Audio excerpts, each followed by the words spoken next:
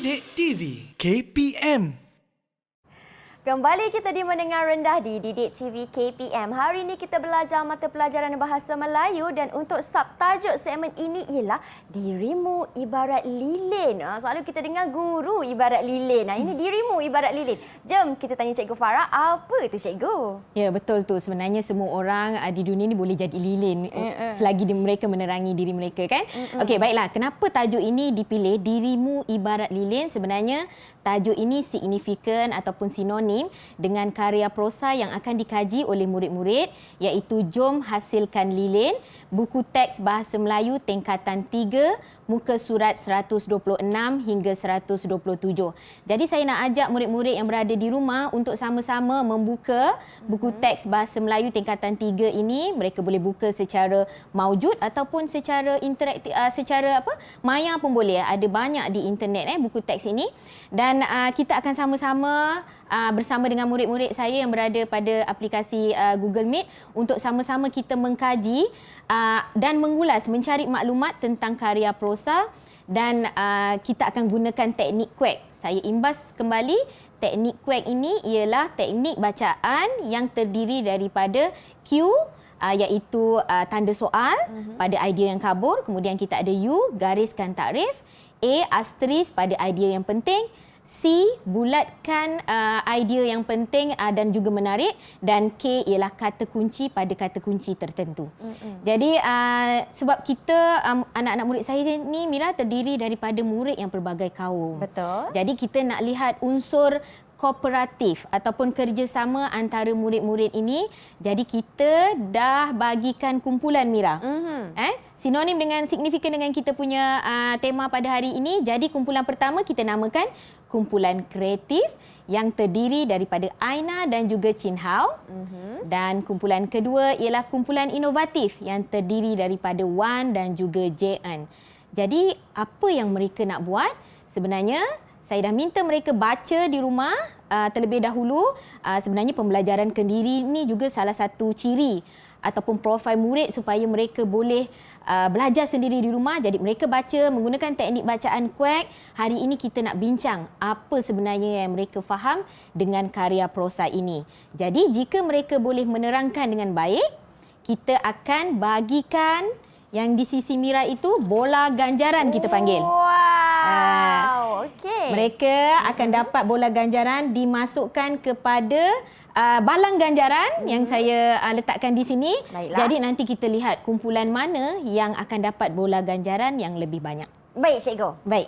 Jadi kita nak teruskan, mereka akan menggunakan satu aplikasi interaktif yang dinamakan Jamboard untuk menyatakan maklumat penting dalam proses secara tersusun. Jadi kita minta murid untuk menekan pautan ini supaya kita dapat lihat sebenarnya. Okey, ada pautan yang Cikgu dah sediakan. Ya, mereka boleh tekan dan mereka boleh masukkan idea yang mereka perolehi. Apa maklumat yang mereka perolehi pada karya prosa kita, Jom Hasilkan Lilin, dan kita sama-sama nak lihat. Lihat tu, Mira. Sebab itulah aplikasi sebegini penting untuk pendidikan abad ke-21. Ya. Jadi mereka boleh masuk, gunakan pautan dan boleh bincang bersama-sama. Wow, tu saya nampak ada kawan-kawan saya yang sedang lakukan. Ya, sedang Cikgu, lakukan. Mereka boleh meletakkan idea. Mungkin boleh tak anak murid saya besarkan sikit kita panggil mereka letakkan tu nota pelekat lah. Kalau dulu kita kan dekat kelas secara maujud kita letak nota pelekat dekat papan putih kan. Jadi sekarang abad ke-21, Mira. Semuanya di dalam skrin je, di sebalik interaktif. Baiklah. Kawan-kawan saya besarkan sikit kotak tu. Okey, Cikgu, saiz ni dah boleh dah? Boleh. Okey. Saya harap semua boleh nampak. Boleh.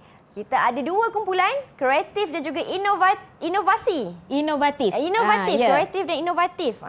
Bagaimana mereka ni faham Baik, saya dah lihat anak murid saya. Mungkin kita boleh dengar ataupun bagaimana? Okey, baru 4. Mungkin kita tunggu sekejap lagi, Mira. Saya nampak mereka dah gunakan teknik bacaan quack tadi, Mira. Asteris, tanda soal pun ada di sana. Tanda soal ni bermaksud mereka kabur dengan perkataan ni. Apa maksud sumbu tu agaknya? Kalau tanda soal tu maksudnya mereka menggunakan akronim untuk huruf Q, cikgu. Ya, betul. Pandai Mira. Iaitu question mark. Quack. Betul, question mark. Okey, circle sebab mungkin mereka tak, saya nampak ada murid yang letakkan circle di situ.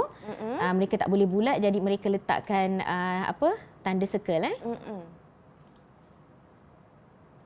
Berapa banyak cikgu nota pelekat yang mereka perlu lakukan? Saya rasa mungkin 6, 7 macam tu boleh cukup. Saya rasa dah boleh lah Mira. Mungkin kita nak tanya kumpulan kreatif dulu. Apa sebenarnya maklumat yang mereka perolehi daripada karya Jom Hasilkan Lilin? Siapa yang nak cuba? Kumpulan Silakan. kreatif, silakan. Kita ada Aina dan Chin Hao. Chin Hao nak mula ya? Silakan Chin Hao. Saya akan menandakan asterisk pada ayat cara untuk menghasilkan lilin amat mudah kerana bahan-bahan mudah didapati. Hal ini menarik minat saya untuk mencuba sendiri untuk menghasilkan lilin. Baik, Namun saya akan mengutamakan keselamatan diri saya. Ya, mengutamakan keselamatan diri. Itu yang penting. Bagus Chin Hao. Jadi Chin Hao tadi dia kata dia menandakan asterisk sebab dia rasa sepatutnya salah pula dekat sini Jadi lihat cikgu pun sebenarnya boleh menanda, sebab itu saya katakan amat mudah sebenarnya aplikasi Jamboard ni, guru boleh menanda hasil kerja murid. Jadi Chin Hao menggunakan tanda asterisk sebab dia rasa bahan lilin itu amat mudah dan mudah didapati. Jadi dia rasa idea tu menarik. Okey, ada lagi Chin Hao? Ya, cikgu. Ya, sila. Saya juga menanda tanda soal pada perkataan aroma. Boleh rakan-rakan membantu saya? Boleh rakan-rakan membantu Chin Hao. Siapa nak bantu Chin Hao ni? Dia tak faham dengan maksud perkataan aroma. Silakan. Saya cikgu. Ya, sila Aina. Silakan Aina. Saya ingin cuba membantu Chin Hao. Maksud aroma ialah bau. Maksud aroma ialah bau. Tahniah Aina. Saya bagi bintang dekat Aina. Nanti mungkin kita boleh bagi bola ganjaran nanti sekejap lagi. Baik, selepas habis Aina membentang. Aina ada nak tambah terhadap pembentangan Chin Hao? Ya, silakan Aina. Saya telah menanda K yang bermaksud kata kunci. Pada ayat pastikan air yang dimasak dalam periuk sudah mendidih sebelum meletakkan tin susu. Ya, Aina menandakan tanda K, kata kunci kepada perkataan mendidih. Sebab kalau air itu tak mendidih, macam mana kita nak siapkan lilin? Jadi bagus Aina. Jadi kita boleh bagi dua bola ganjaran kepada kumpulan kreatif mungkin, Mira? Boleh cikgu. Satu warna kuning dan satu warna hijau. Ya, tahniah kumpulan kreatif. Jadi kita nak dengar pula pembentangan hasil maklumat yang mereka peroleh menggunakan teknik bacaan quack oleh kumpulan inovatif. Silakan. Silakan. Wan dan juga JN. Ya, cikgu. Ya, JN. Saya menandakan circle pada perkataan pastikan anda meletakkan lidi yang melebih sumbu sebelum menuang campuran minyak masak kerana ayat tersebut mengandungi fakta yang penting. Ya, JN merasakan bahawa pada ayat ni dia letakkan lidi menyepit sumbu ni sebelum tuangkan campuran minyak masak ialah idea yang penting. Dia tandakan bulat. Ada lagi JN? Ya, saya juga menanda tanda soal pada perkataan sumbu kerana kabur dengan masuk perkataan tersebut. Ya, JN tak faham perkataan sumbu ni apa maksud dia. Mungkin ada murid yang nak tolong ataupun bantu JN, silakan. Cikgu, Ya, sila Wan. saya ingin membantu JN. Sumbu bermaksud benang pada lilin. Benang pada lilin. Bila ada lilin kita ada atas tu kita panggil sumbu. Jadi bagus, tahniah kepada Wan. Ada lagi kumpulan inovatif? Silakan. Cikgu, saya juga menanda asterisk pada ayat adunan minyak masak yang siap dituang ke dalam bekas kaca patut dibiarkan mengeras sekitar 1 jam. Ayat tersebut merupakan idea penting pada karya prosa ini. Ya, kata Wan, dia tanda asterisk kerana dia rasa untuk mengeras 1 jam ni ialah satu idea yang penting. Jadi, melalui aktiviti ni Mira, kita nak bagi dua juga bola ganjaran kepada kumpulan inovatif. Tahniah kumpulan inovatif. Cikgu, kita buat bunyi sikit cikgu. Bunyi-bunyi. Ini bila ada xylophone maksudnya Mereka layak mendapat bola ganjaran. Tanya kumpulan inovatif. Okey. Baik, cikgu. Jadi bila mereka menggunakan aplikasi ini seolah-olah papan notis ini mereka menggunakan nota pelekat ini, jadi mereka mendapat maklumat yang dikendaki yang kita nak cari. Jadi kita nak dengarlah murid untuk dapat untuk membuat ulasan sikit tentang aktiviti kita pada kali ini. Mungkin siapa yang nak cuba? Kumpulan kreatif atau kumpulan inovatif nak bagi bola ni? Siapa yang ingin cuba? Volunteer angkat tangan.